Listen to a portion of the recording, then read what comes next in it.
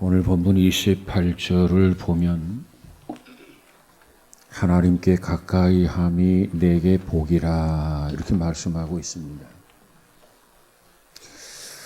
우리는 이 한 구절의 말씀 속에서 시편 기자의 신앙이 어떠하고 그가 무엇을 가치 있게 생각하고 있는가, 그의 가치의 기준을 우리가 엿볼 수 있습니다. 먼저 이 시편 기자는 하나님께 가까이 갈 수밖에 없는 이유를 먼저 설명해 주고 있습니다. 내가 하나님을 떠나서는 살 수 없고 내가 하나님께 가까이 갈 수밖에 없는 이유, 그 이유가 뭡니까? 저체로 오늘 본문 21절에 보니까 내 마음이 산란하다는 겁니다. 마음이 산란하다. 여기서 마음이 산란하다라고 하는 말은 내 마음에 집중력이 없다는 거예요. 그저 마음이 이 생각 저 생각으로 나뉘어지고 내 마음이 그저 복잡하다고 하는 것을 말하는 겁니다. 타락 이전의 인간은 이렇게 복잡하지 않았습니다. 매우 단순한 사고와 단순한 삶을 가지고 살았던 것이 타락한 인간 이전의 모습이었습니다. 그때는 하나님을 지극히 경외하면서 순종을 했습니다. 그리고 부부가 서로 사랑을 했습니다. 그리고 주신 세상을 선하게 관리하면서 자연과 보타는 삶을 산 것이 인간의 모습입니다. 그런데 범죄했습니다. 그리고 그 후에 인간의 삶은 완전히 변했습니다. 그저 자기 자신들의 죄를 정당화하고 그리고 책임을 전가하는 술수를 쓰게 되고, 그리고 인간관계는 증오의 관계로 변모해 버렸습니다. 편안했던 마음이 장난 증세를 일으킬 만큼 복잡해지고 안정을 잃어버렸습니다. 이것이 타락한 인간들의 모습입니다. 어느 사회조직 연구기관에서 공공소음 지역의 아이들과 안정된 주거 지역의 아이들을 대상으로 성장과 정서에 관한 그러한 조사를 한 일이 있었습니다. 소음이 심한 공장 지역에 사는 아이들은 그저 정서가 안정되어 있지 않았고, 그리고 놀이 그 자체도 산만하게 아이들이 놀고 있더라는 겁니다. 그리고 생활 태도 역시 공격적이거나 방어적이더라는 것입니다. 그런데 주거 지역의 아이들은 정서나 놀이는 안정되어 있는데 그 반면에 소극적이고 이기적인 성격을 띠고 있더라는 것입니다. 그렇습니다. 우리 사람의 생활 환경은 정신 환경을 지배하게 되어 있습니다. 그러나 중요한 것은 이 정신 환경이 생활 환경을 결정적으로 좌우하게 된다는 거예요. 그런데 그 정신 구조는 바로 영적인 상태와 밀접한 관계를 맺고 있습니다. 그러므로 우리 영혼이 산란해지면 정신이 흔들리게 되고, 정신이 흔들리게 되면 생활도 덩달아 흔들리게 되는 겁니다. 그래서 오늘 본문 시편 기자는 뭐라고 말합니까? 자기 자신의 마음이 지금 산란하다는 거예요.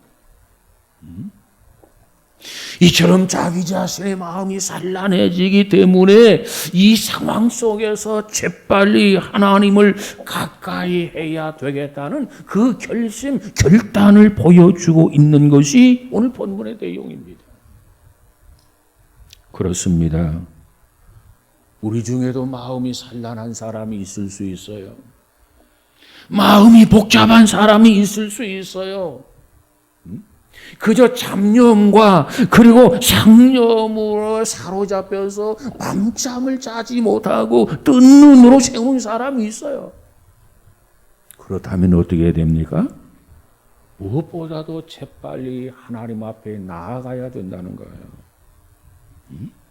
하나님 앞에 다가가서 하나님 앞에 나아가서 빨리 제정신을 찾아야 된다는 겁니다. 제정신을 찾고 삶이 회복되어져야 된다는 것이 오늘 본문의 첫 번째 이유예요. 그렇기 때문에 내가 하나님 앞에 가까이 갈 수밖에 없다는 겁니다. 왜? 이 산란한 마음을, 이 복잡한 마음을, 설키절키 설켜있는 이 마음을 해결할 수 있는 방법, 오직 여호와 하나님 한 분밖에 없기 때문에 그렇습니다. 여러분, 오늘 우리에게도 이와 같은 은혜가 있어서 우리 중에 마음이 산란한 사람, 복잡한 사람, 제정신을 차리고 바른 삶을 회복하는 우리 모두가 되어지기를 주님의 이름으로 축복합니다. 두 번째로 우리가 하나님 앞에 가까이 갈 수밖에 없는 이유는 짐승처럼 우리는 우매무지한 존재이기 때문이라는 겁니다. 오늘 본문 22절에서 시편 기자가 뭐라고 말합니까? 내가 이같이 우매무지함으로 주 앞에 짐승이오나 그래서요. 참 놀라운 사실은 만물의 영장이라고 일컬어지는 인간이 우매무지한 짐승으로 하향 평가를 하고 있는 겁니다. 이게 도대체 뭡니까?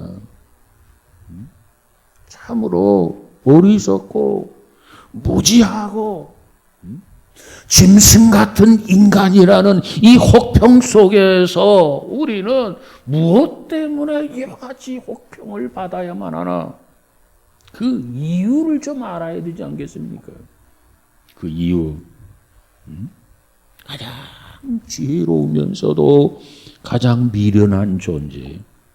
가장 우수하면서도 가장 어리석은 존재. 가장 강하면서도 가장 허약한 존재. 이것이 바로 인간입니다. 부정할 수 없는 거예요. 자, 예를 들어 본다면 지진이 나기 전에 산 짐승들과 들 짐승들은 떼를 지어서 지진을 피한다는 것이 아닙니까? 그런데 거기에 비해서 우리 사람은 어떻습니까? 잠을 자다가 지진을 만나서 죽어요. 밥을 먹다가 지진을 만나서 죽어요. 그저 술을 마시다가 지진을 만나서 죽어요. 그리고 여인들이 함께 드라이브를 하다가 지진을 만나서 죽는 게 인간이에요. 뿐만 아니라 또 하나의 예를 든다면 제주도 한라산 중턱에는 방목하는 소떼들이 있습니다. 이 제주도 사람들의 말을 빌리면 이렇습니다. 그 소떼들이 머리를 한라산 정상 쪽으로 향하고 풀을 뜯으면은 날씨가 좋다는 거예요. 그런데 그 소떼들이 정상이 아니라 산 아래쪽으로 머리를 향하고 풀을 뜯으면 곧 비가 온다는 겁니다. 그뿐만이 아니에요. 한라산 기슭에는 많은 새들이 있는데 그 새들이 낮게 날으면 비가 온다는 거예요. 그리고 그 새들이 높이 날면 그 날씨가 좋다는 겁니다. 그러면서 제주도 사람들이 하는 말이 이 기상대가 한라산의 소 머리를 보고 일기예보를 한다면 틀림이 없을 텐데 자존심 때문에 못하는 모양이라고 하는 말을 들었습니다. 이 말은 무슨 얘기입니까? 인간이 그처럼 자랑하는 과학 지식이라고 하는 것도 별것이 아니라는 얘기가 아닙니까? 똑똑 한 채 하지만, 그저 잘난 체 하지만 별것이 아니라는 거예요. 우리가 성경에 보면은 민수기 22장에 발람 선지자가 등장하게 됩니다. 그런데 이 발람 선지자가 돈에 팔려서 모압을 축복하기 위해서 길을 떠났습니다. 하나님의 선지자라고 하는 사람이 하나님의 뜻을 거역하고 돈에 매수가 되고 돈에 팔려서 모압을 축복하기 위해서 지금 가고 있는 거예요. 그런데 갑자기 타고 가던 나귀가 멀쩡한 길을 놔두고 남의 밭으로 들어가게 됩니다. 얼마나 기가 막히겠습니까? 아니 길이 멀쩡한데 가다가 밭으로 들어가는 거예요. 이때 화가 난 발람이 나귀를 채찍으로 때렸습니다. 그래서 겨우겨우 밭에서 나왔습니다. 그러면 이 멀쩡한 길로 다시 가야 되지 않겠습니까?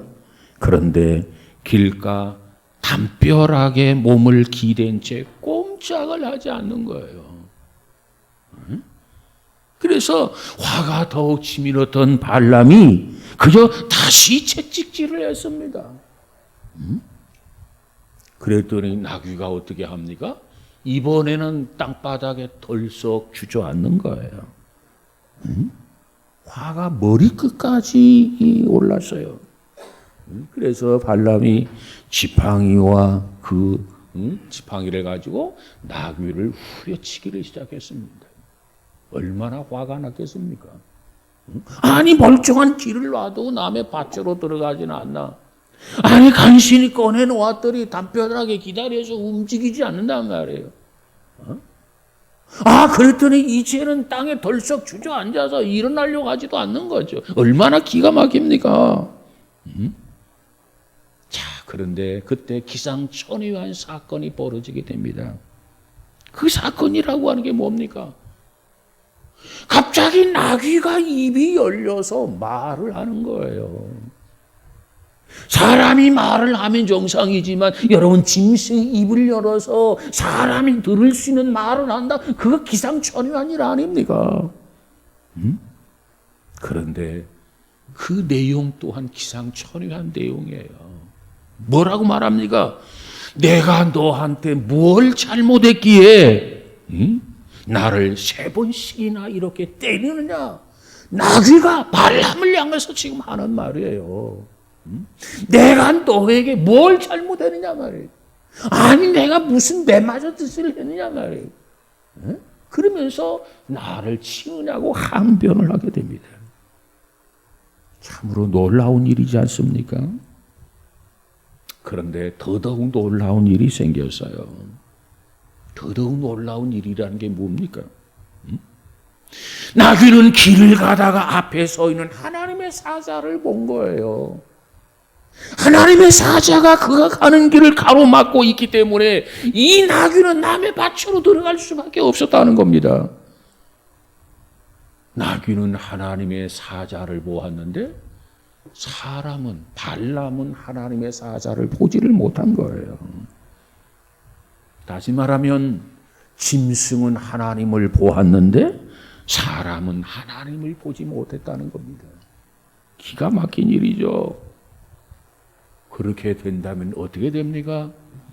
그 사람은 짐승만도 못한 사람이 아닙니까? 아니 짐승은 앞에 가로막는 하나님의 사자가 있는 걸 보았단 말이에요. 그런데 발람은 그걸 보지를 못했어. 그러니 그 발람이 어찌 짐승만도 못한 인간이 아니냐 그 말이에요. 자, 시인의 고백으로 다시 돌아가 보십시다. 오늘 본문에서 시인은 뭐라고 말합니까? 우매 무지함으로 주 앞에 짐승이오나 이렇게 고백을 하고 있어요. 오늘날 우리의 모습 탈윤리다, 탈가치다, 탈도덕 시대에 살아가고 있다 이렇게 이야기합니다. 참 부끄럽고 수치스러운 일들을 많이 행하게 되죠. 그저 며칠 전에는 몇 살 되지 아니하는 처녀가 말이죠. 사람을 죽이는 경험을 해보고 싶었다는 거예요. 참 세상이 어떻게 이렇게 박해져 가는 건지, 악해져 가는 건지 참 이루 말할 수가 없어요. 기가 막히지 않아요? 자, 그렇다면 왜 인간이 이처럼 타락하게 되었는가요? 왜 인간이 이토록 본성을 잃어버렸는가? 그저 짐승처럼 전락하고 되고 말았는가? 한번 생각할 필요가 있다고 보여집니다. 성경은 말하기를 우리 인간을 지으실 때 하나님의 성품을 쫓아서 하나님의 형상을 쫓아서 인간을 지으셨다고 말씀하고 있지 않습니까? 하나님의 성향이 우리 안에 있어야 되는데 이 하나님의 형상, 하나님의 성형, 하나님의 성품을 다 잊어버리고 어찌 이렇게 악해질 수가 있느냐 말이에요. 그 이유가 뭡니까? 그 이유는 너무나도 크고 너무나도 간단합니다. 그것은 곧 하나님을 떠났기 때문입니다. 하나님을 가까이 한다면 이렇게 타락할 수가 없어요. 하나님을 가까이 한다면 이렇게 짐승이 될 수가 없어요. 여러분 보세요. 태중에 있는 생명은 모태와 연결되어 있기 때문에 살아있는 것 아니겠습니까? 태중의 어린아이가 그 탯줄을 끊어버린다면 어떻게 됩니까? 살지 못하는 거죠. 죽는 거란 말이에요. 죽어. 마찬가지로 우리 인간은 하나님을 떠나서는 살 수가 없어요. 그 자체가 죽은 겁니다. 그런 찬양이 있어요. 물을 떠난 고기는 혹시 산다 하여도, 물을 떠난 고기는 물속에서 살게 되어 있고 그렇게 지음을 받았기 때문에 살 수 없어요. 그런데 혹시 산다 할지라도 하나님을 떠난 심령은 사는 법이 없어요. 하나님을 떠나서는 살 수 없습니다. 그런데 인간이 하나님을 떠났어요. 여러분 보세요. 오늘날 현대는 참으로 화려한 지체들의 행진이 벌어지고 있다 이렇게 이야기합니다. 화려한 지체들의 행진. 잘 입고 그저 잘 살고 잘 꾸미고 그리고 잘 먹고 살아요. 그런데 그 삶이 하나님을 떠난 삶이란 말이에요. 그래서 시체들의 무도회다 이렇게 이야기합니다. 오늘 본문 27절에 가보니까 대저 주를 멀리하는 자는 망하리니 그랬어요. 주를 멀리하는 자는 망하리니 음녀같이 주를 떠난 자를 주께서 다 멸하셨나이다 이렇게 말씀하고 있어요. 주를 떠나면 망한다는 겁니다. 그런데 왜 주를 떠납니까? 그 이유가 뭡니까? 주를 떠나면 망하고 주님 가까이 하면 사는데 왜 주님을 떠나느냐 말이에요. 그 이유가 뭡니까? 아마도 그 이유를 4가지 정도로 정리해 볼 수 있어요. 하나는 하나님 없이도 살 수 있다. 내 힘으로 능히 살 수 있어. 그런 교만한 생각이 있기 때문에 하나님을 떠나는 거예요. 하나님을 떠나서는 나는 살 수 없어. 하나님을 떠나서는 나에게 희망이 없어. 이와 같이 안다면 어찌 하나님을 떠나서 망할 길을 선택하느냐 말이에요. 그럴 수 없어요. 2번째로는 간섭을 받고 싶지 않아서 그렇습니다. 하나님을 믿으면 성경을 보면 하나님이 이래라 저래라 그 간섭이 싫어 귀찮아. 그러기에 하나님을 떠나는 거예요. 3번째로 왜 하나님을 떠납니까? 현재의 죄악의 삶이 너무 좋아. 이 삶을 포기하고 싶지 않아. 이 쾌락을 버리고 싶지가 않아. 그러기 때문에 하나님을 떠나는 거예요. 그 다음 4번째로 주와 함께하는 삶이 얼마나 좋은가를 모르기 때문에 주를 떠나는 겁니다. 여러분, 주 안에 있는 나에게 딴 근심이 있으려. 여러분, 주 안에서의 삶이 무엇인가를 안다고 한다면 우리는 결코 주를 떠날 수가 없어요. 사랑하는 여러분, 우리 모두가 다 이와 같은 믿음으로 시편 기자처럼 고백하며 살아가는 우리 모두가 되어지기를 주님의 이름으로 축복합니다. 하나님과 함께하고 그러기에 하나님께로 가까이 가기에 힘쓰는 오늘 시편 기자의 열망과 고백을 한번 생각해 보십시다. 23절에 내가 항상 주와 함께하니, 25절에 하늘에도 주, 땅에서도 주, 그리고 28절에 하나님께 가까이. 이걸 종합해 보면 그렇습니다. 이 시편 기자는 시간적으로는 항상, 그리고 공간적으로는 하늘에서나 땅에서나 하나님께 가까이 하고 싶다. 하나님과 가까이 하고 싶은 그런 삶을 살고 싶다. 이 고백이 바로 이 내용 아니겠습니까? 우리는 어디에서든지 이처럼 항상 하늘에서나 땅에서나 물속에서나 어디에서나 하나님과 함께하는 저와 여러분, 우리 모두가 다 되어지기를 주님의 이름으로 축복합니다. 몇 년 전에 태평양을 건너는 비행기를 탄 적이 있었습니다. 그런데 갑자기 기체가 심하게 흔들리더니 이어서 기내 방송이 들려왔습니다. 그 내용은 이렇습니다. 기류 관계입니다. 자리에 앉으셔서 안전벨트를 매 주십시오. 이런 방송이었습니다. 근데 계속 비행기가 기체가 흔들립니다. 속이 울렁거리기를 시작합니다. 여기저기에서 흔들릴 때마다 그저 소리를 질렀습니다. 그때 저는 그 순간 방정스러운 생각을 했습니다. 만일 이 비행기가 기상 악조건에 굴복한 채 미국에도 가지 못하고 인천공항에도 되돌아가지 못하게 된다면 어떻게 되나? 야, 끝장이 나는구나. 죽는 거구나. 그런 생각이 든 순간, 그렇다면 기도라도 한마디 해야 되겠다. 이런 생각이 들었어요. 그리고 기도를 하려다가 그렇다면 성경 한 구절이라도 읽고 기도해야 되겠다. 그런 생각이 들었어요. 성경 어디를 읽을까 생각을 하다가 시편을 읽는 것이 좋겠다. 성경을 폈어요. 그런데 그때 편 성경이 시편 74편 1절이었습니다.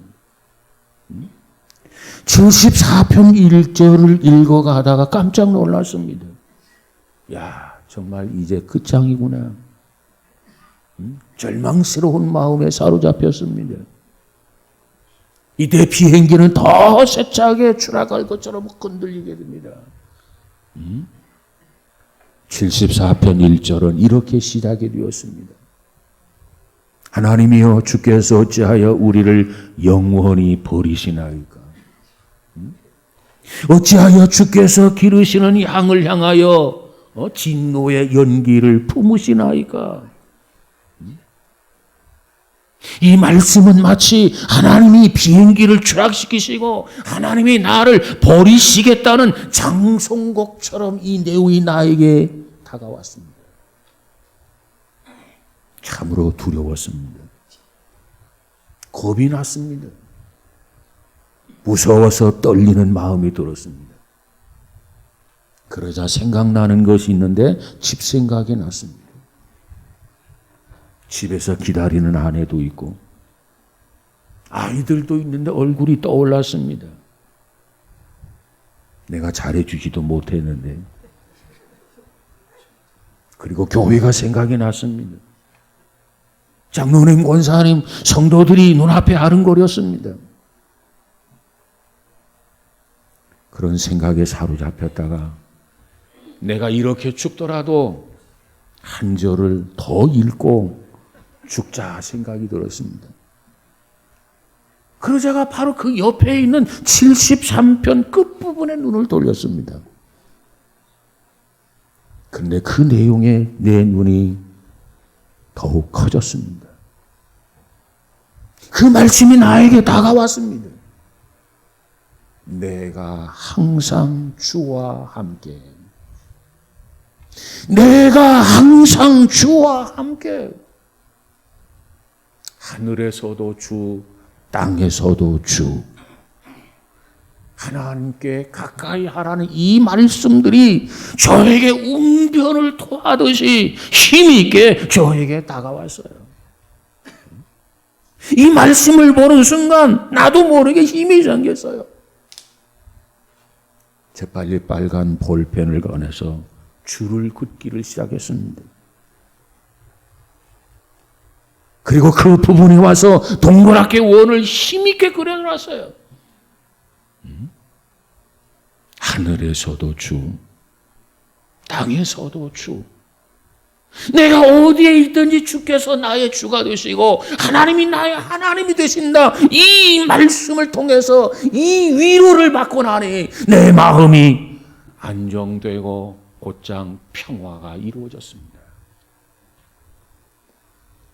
그리고 비행기는 그 한 30분 후에 멈췄습니다. 그래서 무사히 항해를 마칠 수 있었습니다. 지금도 그때를 생각하면 부끄럽기도 하고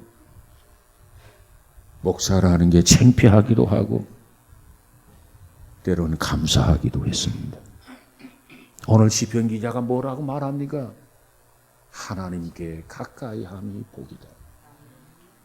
물 속에서든지 하늘에서든지 땅에서든지 어디에서든지 하나님을 가까이 하기만 하면 그것이 복이라는 거예요. 여러분 믿어지면 아멘 하시기를 주의 이름으로 축복합니다. 하나님을 가까이 함이 복입니다. 그러면 왜 하나님을 가까이 하는 것이 복이 되는가 한번 생각해 보십시다. 하나님을 우리가 가까이 하면 하나님은 우리 곁에서 하나님은 오른손으로 우리의 오른손을 붙잡아 주신다는 거예요. 오늘 본문 23절에 보니까 뭐라고 말합니까? 내가 항상 주와 함께 하니 주께서 내 오른손을 붙드셨나이다 그래서요. 주께서 오른손을 가지고 나의 오른손을 붙들어 주신다는 겁니다. 오른손과 오른손의 만남은 화해와 교제, 약속의 보장을 의미하는 거 아니겠습니까? 주님이 오른손을 가지고 우리의 오른손을 붙잡아 주신단 말이에요. 그만큼 나를 지켜주시고 그만큼 나를 보호해 주시고 그만큼 나에게 생명의 길로 인도해 주신다는 약속입니다. 여러분 그러기에 우리가 하나님을 가까이 하면 걱정할 게 없는 거예요. 하나님을 가까이 하면 염려할 게 없는 거예요. 그 하나님을 가까이만 하세요. 하나님이 모든 것에 책임지시는 우리의 보호자가 되시는 것을 믿으시기 바랍니다. 두 번째로 하나님을 가까이 하는 것이 복이다. 왜 복이 되느냐? 나를 영접해 주신다고 그랬어요. 오늘 본문 24절에 보니까 주의 교훈으로 나를 인도하시고 후에는 영광으로 나를 영접하시리니 그래서요. 오른손으로 나를 붙들어 주시고 나를 인도해 주시고 나를 영접까지 해 주신다는 겁니다. 특별히 여기서 영접해 주신다고 하는 의미는 영광으로 나를 영접해 주신다. 그건 나를 푸대접한다는 말이 아니에요. 나를 외면한다는 말이 아닙니다. 영광스럽게 우리를 환영해 주신다는 거예요. 얼마나 귀한 은혜입니까? 누군데? 우매무지한 인간. 누군데? 예? 짐승이나 다름없는 인간.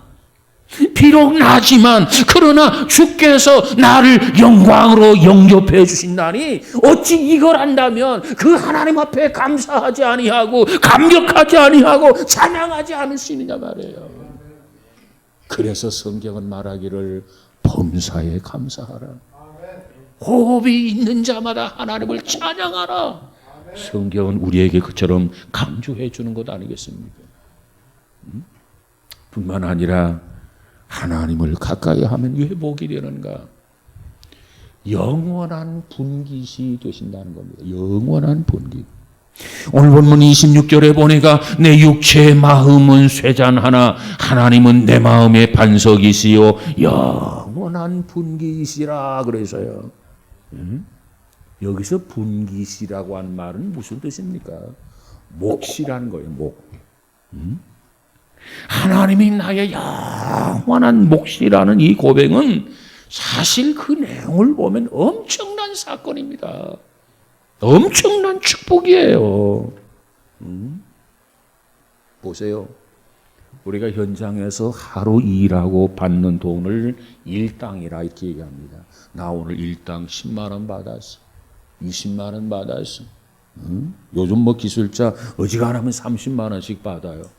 자, 오늘 어쨌든지 간에 하루 일하고 받는 돈을 일당이라. 한 주간 일하고 받는 돈을 뭐라고 말합니까? 주급이다. 한 달 일하고 받는 보수를 뭐라고 말합니까? 월급이다. 1년 동안 열심히 일하고 받는 보수를 뭐라고 말합니까? 연봉이라 이렇게 이야기합니다. 자, 그런데 내가 하나님을 가까이 하면 가까이 하기만 하면 하나님께서는 나의 영원한 분깃이 되신다는 겁니다. 영원한 분깃. 오늘날 우리는 월급을 가지고 살아요. 연봉을 받고 먹고 입고 배우고 치료하고 그리고 저축하고 옷 사입고 이렇게 살아갑니다. 자, 그런데 보세요. 하나님 때문에 우리는 영원히 먹고 하나님 때문에 우리는 영원히 입고 우리는 하나님 때문에 영원히 배우고 우리는 하나님 때문에 영원히 치유받고 건강하게 사는 축복이 주어진 것을 믿으시기를 바랍니다. 이 엄청난 약속이 여기에 포함되어 있단 말이에요. 이 엄청난 축복이 여기에 있단 말이에요. 누구에게 이 약속을, 누구에게 이 축복을 주신다 하셨습니까? 하나님께 가까이 하는 자, 하나님을 가까이 하라는 거예요. 그런데 왜 하나님을 외면합니까? 그런데 왜 하나님 앞에 등을 돌립니까? 그 이유가 뭡니까?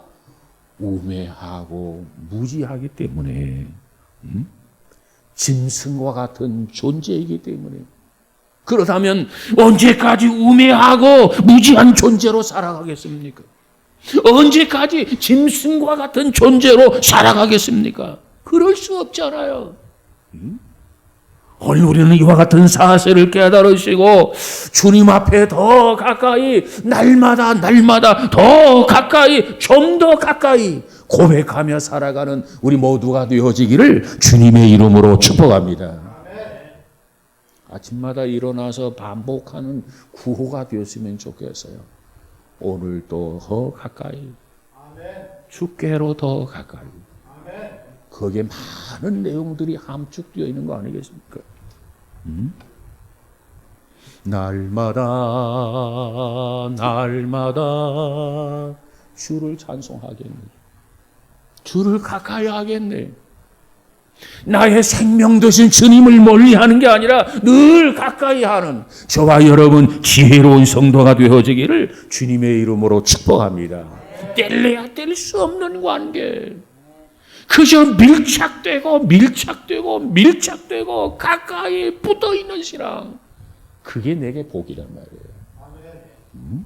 여러분, 우리 모두가 오늘 또 내일 또 하나님께로 가까이, 하나님이 오른손을 내밀어서 우리 오른손을 붙잡아 주시고 인도해 주시고 축복해 주시고 보장해 주시는 그와 같은 은혜 속에 살아가는 저와 여러분 우리 모두가 다 되어지기를 주님의 이름으로 축복합니다. 그러려면 하나님께 가까이 함이 내게 복이라. 이 복이 우리 모두에게 충만하게 되어지기를 주님의 이름으로 축복합니다. 기도합시다. 거룩하신 하나님 감사합니다. 하나님을 등지거나 하나님을 멀리하지 않게 하시고 날마다 때마다 주님 가까이 나아가는 복 있는 성도들 되어지게 하옵소서. 주께서 주심하고 말씀하신 그 축복, 약속하신 언약들 주께로 가까이 함으로 경험하고 체험해서 간증하며 하나님께 영광을 돌리는 귀한 성도들 되어지게 하옵소서. 예수님 이름으로 기도하옵나이다. 아멘.